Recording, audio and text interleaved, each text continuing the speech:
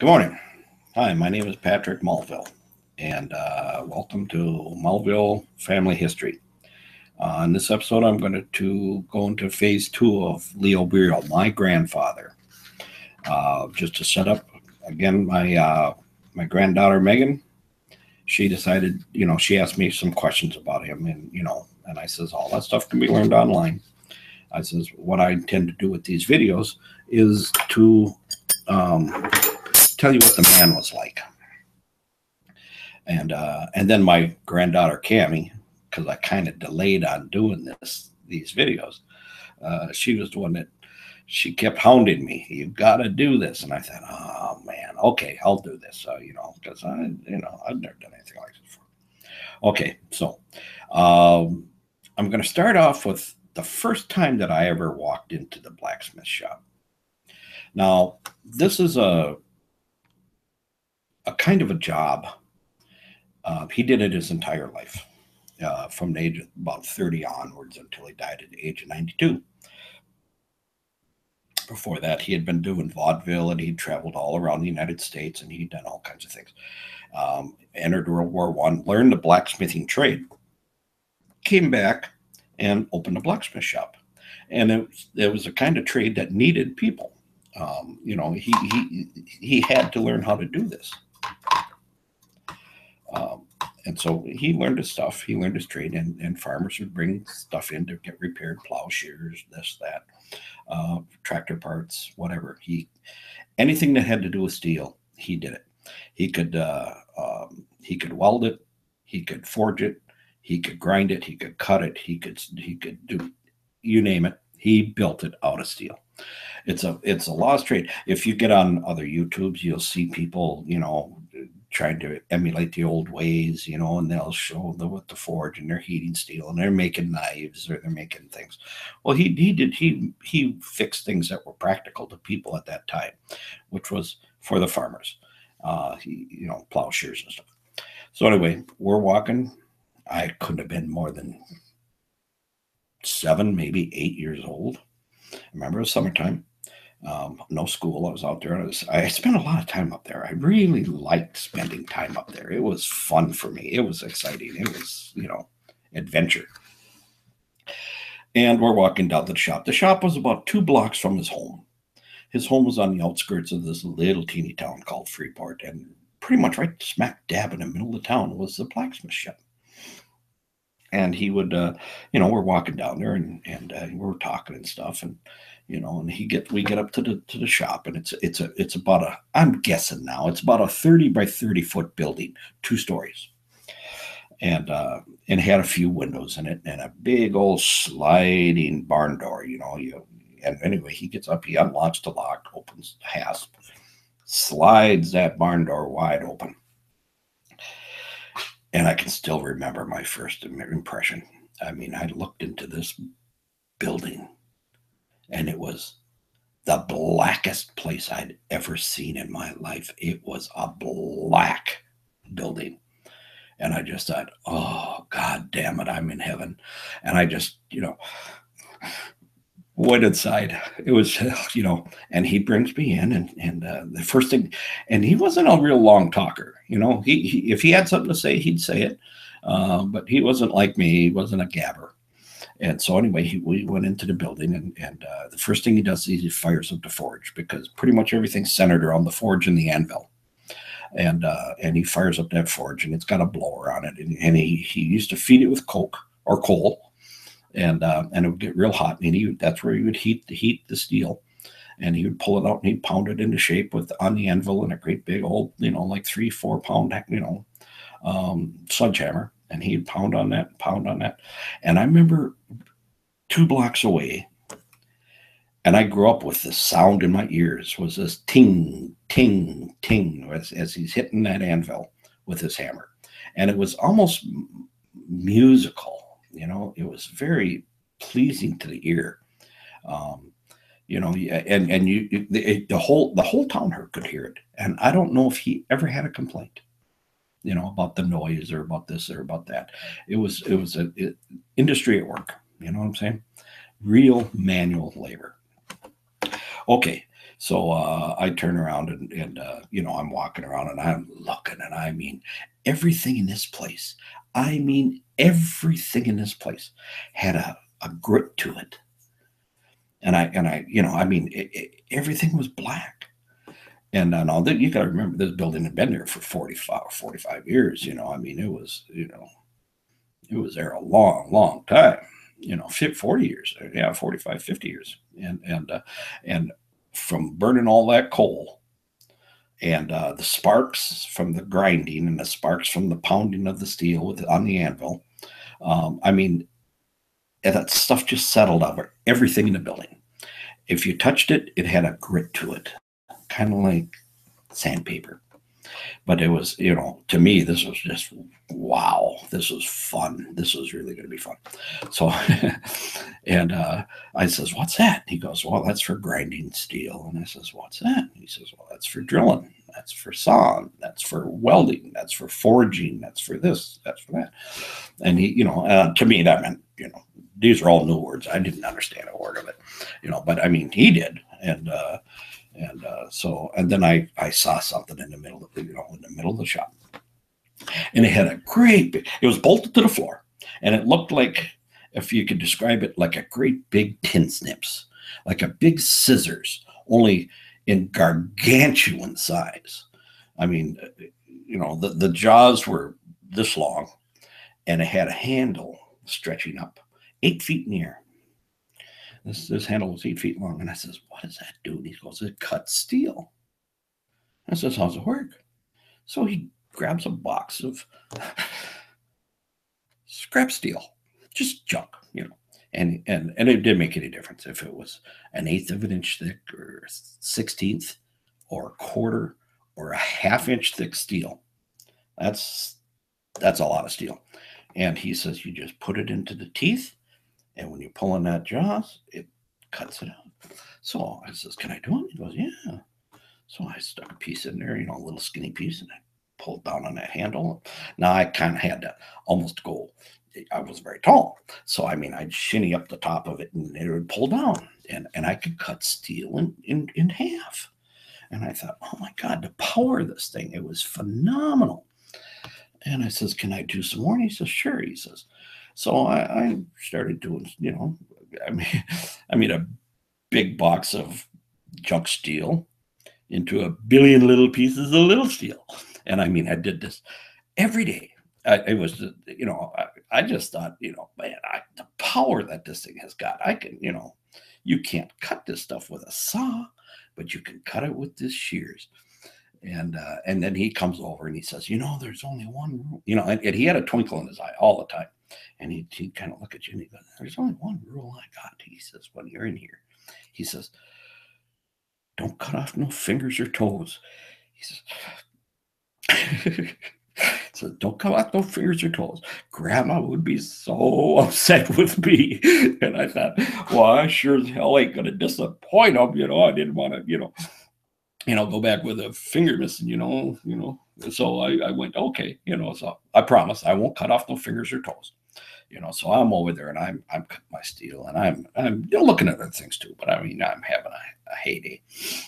And here comes part two. Now he was the kind of guy that, well, if you're scared of it, get over it, because you're going to have to get over it, you know. So you know, I noticed these things around the walls, but you know, I didn't really. I had, they were just sitting there. He walked around, walked past me, and he walked back into the corner, and I noticed that there's a great big black electrical motor. That was the only electrical device I pretty much saw in the whole shop.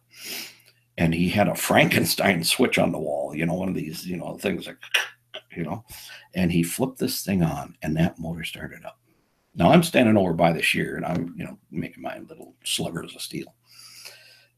And this whole building came alive. I mean, the whole building came alive. That's the only way I can describe it. What it started out with was that black motor was the only source of power in the building. and it had a pulley on it, and it had a big leather fan belt, if you want to call it that, like kind of like on the front of your car, where you see the fan belt going around, and it runs the alternator and it runs the air conditioning compressor and stuff. Well, okay, that's what it did. Only it went up to a pulley up above that was, I don't know, 25 inches in diameter, mounted on an axle on the wall. And then that leather belt went up from the electric motor and spun that wheel. Well, that wheel had another wheel attached to it, and it ran laterally across the side of the building. Big, long leather. Now, these straps were yards long, okay? And that one ran another pulley down into the corner. And then that pulley, through different pulleys, that ran along the other wall. And in the middle between all of these big pulleys and all of these huge cowhide straps going back and forth, these straps were, 5-6 inches wide, they were big. And there would be other pulleys that would come down, and it'd come down to a piece of machinery, like the drill or the grinder or the saw. And the only thing I can describe it to closest is it looked like an old sawmill. Now, if you've ever seen, I don't know, I suppose you can look that up online too, sawmills, where they had these belts running all over and pulleys. And if you wanted to, say, turn on the grinder, you grabbed a handle, you pulled it, it moved a gear or moved another pulley up against this belt going down from the main belts, and it would start your grinder wheel going. And anyway, he turns on that black motor, and this building comes alive. And I mean, the whole place is vibrating. The boards under my feet are vibrating, and I am rooted in place. I mean, I didn't cry, but I kind of think I might have peed myself a little bit, I mean, he'd scared the shit out of me. And I'm just standing there, and he walks back over. And I thought, whoa, my God, all these belts are slapping each other and they're going around. And I mean, the noise, it just assaulted my senses. Everything, was, you could feel it, you could hear it, you could smell it, you could see it. Everything was hit, just blasted right in the middle of your gut right at once. And then he started to trip hammer.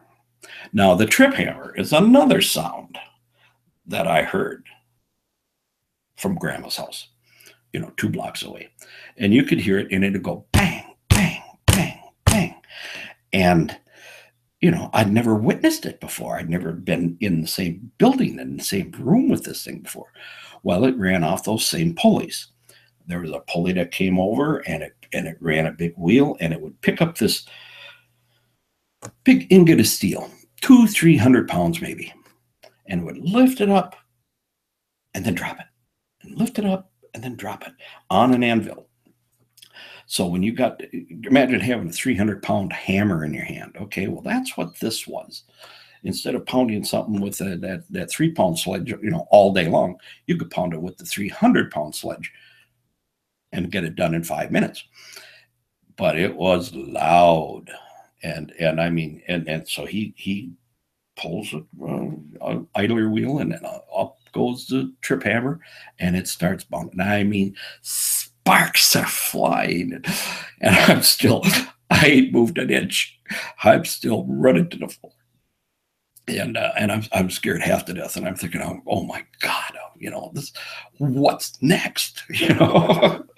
Well, there wasn't a what's, and that was just about the end of the line. That he was running that trip hammer, and I mean, he takes a plowshares and he puts it underneath there, and it's pounding the living shit out of it.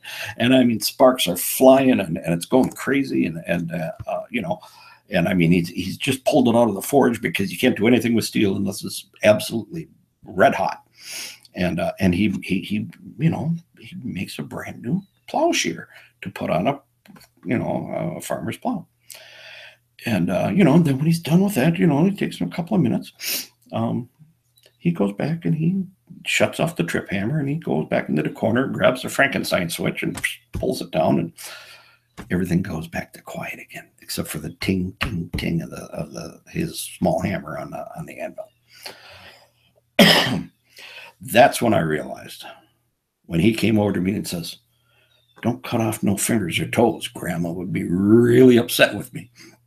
And I thought to myself, how the hell did this guy still, with a building that OSHA would have had heart attacks over, um, kept all his fingers and toes?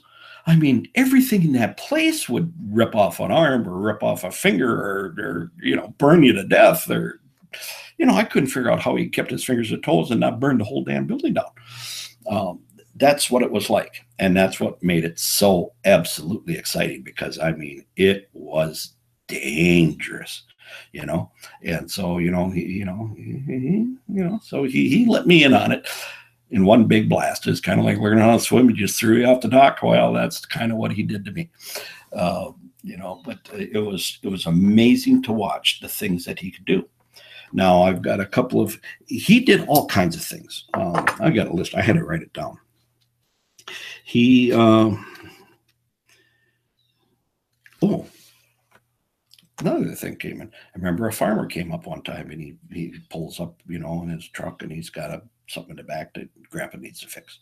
So he says, and he starts talking, and I'm going, I don't understand a word, not one word. And Grandpa talks back, and I don't understand what he's saying. I'm thinking, what is this? Well, it was German. He had to learn German to speak to all these German farmers. He wasn't German, so he had to learn German. And I says, after the farmer leaves, I says, Grandpa, what in the world what were you saying? And he goes, well, he says, speaking Low German. And I thought, what's Low German? And he goes, well, it's kind of like, the working man's German. He says, it's not the high German that they use for politics or religion. He says, it's Low German. He says, they use that for, just plain old folks. And I went, oh, okay, and he learned how to speak German, but he could speak German. Powerful. Now, like I said, when I was at the shop there, he was 60 some years old. And I mean, he still had arms on him like Arnold Schwarzenegger, He spoke Low German. Oh, he loved astronomy. He, in that same blacksmith shop, he ground his own lenses for a telescope. He built the tubes, installed them, and he built this whole telescope. And that was my first foray into astronomy, which became a passion for me. I loved astronomy all my life, and it started with that. And he at that time, people just didn't go out and say, yeah, I'm going to buy a telescope. Everybody's got a telescope nowadays. You got them sitting in windows. They got every office building, big shot's got a telescope. Not then. You made one. If you wanted a telescope, it was like Galileo back in the 1610s. You gotta make one if you want one, and he made it. And he did puzzles. Now, I've got an example here. This is an old, what you would call a blacksmith puzzle. That's actually the term they use for it. And you can, the idea is to try to take it apart. Take these two pieces off of each other. Now, they come in various degrees of difficulty. This one is very simple. One move. It's a one move puzzle. This one has got three. It's a three move puzzle.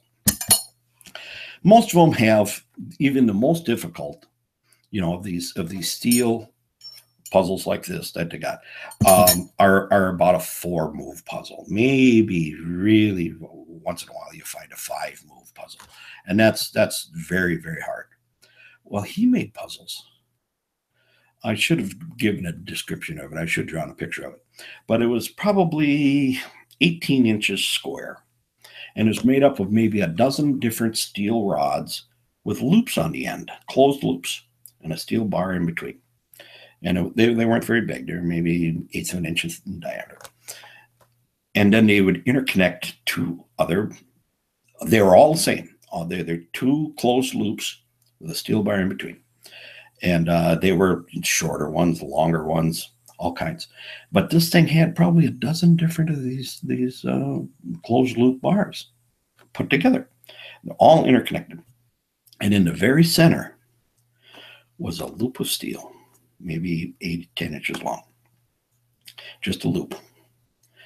And you had to, by going through these holes and going around these closed loops and over into another bar and do this and do that, you had to get that one loop off. That was the whole gist of the puzzle. Well, I worked on that for weeks. Oh, man. And if I tell you what, it's a damn good thing it was made of steel, because I would have broken that son of a bitch. And I tried everything. I couldn't do it. But, you know, and he sat back. He didn't tell me right away, you know, how to do it. He showed me this is the idea, and then he let me do it.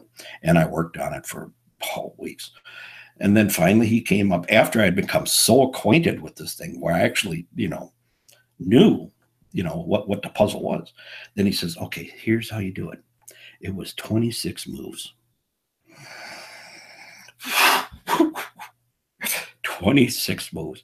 That's how intelligent this guy was. He put together this puzzle, and it had, I mean, which was like, Jiminy Christmas. That's like astrophysics. You know what I'm saying? In the puzzle world, to try to solve this puzzle. Okay, and he showed me. He showed me. He showed me. But see, because he had let me deal with this thing for a couple of weeks, I was so familiar with it that when he says, okay, you go through this route, and then this route, and then this route, and then this route, and then this route, I was able to follow him. See, if he would have tried to show me right away, I would have, oh, this is impossible. I've never learned this. But he let me play with it for a long time. And then, he, you know, when I became so acquainted with it, then he let me do it. Then he showed me how, and I was able to do it. And I was so, you know, he was that kind of a guy. He knew how to teach without teaching. You know what I'm saying? He knew the ideas behind learning something that was difficult to learn. He was the first one that showed, he dragged that telescope out and he showed me the planet Saturn. And from that moment on, I was stuck. I loved it. You know, it was really good. In fact, he gave me that telescope, years later, when I was, I suppose in my teens, late teens. He says, you can have this one.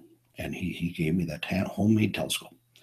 And, maybe 10, 15 years later, I was moving from one house. We built a new house. I was moving into it, and I hired a mover, and they stole it. And I never did. I didn't miss it, you know, because of all the too much going on moving into a new house. I didn't miss it for a long time. And then when I finally was going to dig it out and drag it out, and I looked, I tore the house apart. And then I finally realized, oh my God, you know, one of these guys, because you could collapse this thing down into a tube that was about 12, 14 inches long. But when you stretch it out, it was maybe 30, 40 inches long, 30, 35 inches long. Yeah, somebody had stolen it. And that by that time, there was no recourse. I couldn't do anything about it. Excuse me. But that shop, and that's where one of the times, I mentioned it in the last video, I had gone into the shop, and it was the grittiest, dirtiest, blackest place. You couldn't break anything. You couldn't hurt anything. He let a little kid run wild in this place. And I learned more about how physics worked, how these pulleys, and when he built these things, he'd stack lumber up, glue it, nail it together, cut a hole out, or, you know, a circle out of the stack of 2x6s or whatever they were, and then sand them down. That's his pulley. Put it on an axle. And he did that dozens of times, various sizes, little ones, big ones. If you need a lot of power and low speed, use certain pulley. If you need a lot of speed and low power, you know, like for a drill or a grinder, you know, then, you know, you would use a little pulley and a great big one up on top. And it carried through the whole building, and all these idler wheels and everything that he put it all together himself. And just the engineering behind that was phenomenal. He was one of the most intelligent men I ever met, but he was quiet. He was intelligent. I wrote down a bunch. He was the kindest guy. I never saw him get mad. Not one time did I ever see him get mad in 30 years, 35 years that I knew him. You know, I never saw him lose his temper, but then my mother's sister says, oh, I remember a time he got mad. He used to be the mayor of Freeport. This is way back in the 40s. And and she says, we had a drunken neighbor that used to come over and bitch about politics and scream about this and scream about that. And, oh, they're not doing this, not doing that. And he came over and he was drunk and he was first, he was trying to eat his lunch because Pa would go to work and eat breakfast, go to work, come back for lunch, go to work, come back for supper, and many times go to work again. And she says, all of a sudden, Pa just stood up. Now, he was flexible. He was muscular. He had shoulders on him like a bull. And he says he grabbed that guy by the collar of his belt and ran him through the door. And he had a real nice little front porch on the front of his house. Beautiful little thing. And he threw him right over the railing of the front porch. And this guy rolled across the yard. Never said a word to him. Turned around, went back, started finishing his lunch. And my aunt was telling me that guy never came over again. He didn't like being thrown off the porch and rolling across the yard. So he thought, I'm going to leave this old timer alone. But he was very old when I knew him. But I never thought of him as being incapable of anything. When I was just a little boy, I remember sitting next to him and he was fixing a rat trap. Now, everybody's seen mouse traps. They're just little things. They're, 2 inches by 3 inches. And, well, a rat trap is a plank. It's a big trap. You hold a rat trap in your hand, you go, holy smokes. Well, he was fixing this rat trap as something was broken up. And he was fixing it. And I'm sitting right next to him at the kitchen table. And he's working on it. He goes and he sets the trap. And he reaches over with his thumb. And he goes, and that thing, you ever sit on a rat trap? It leaps when it goes off. It just, and it cracked down on his thumb. And he looked over at me and he says, she's fixed. He didn't even flinch. I leaped right out of the chair. It scared me so bad. He stuck his thumb on that damn thing, and it just went, and there you go. That's the kind of guy. He was the toughest son of a gun I've ever met in my life. He was the kindest, toughest, smartest. That's why he was my favorite. I really liked this guy.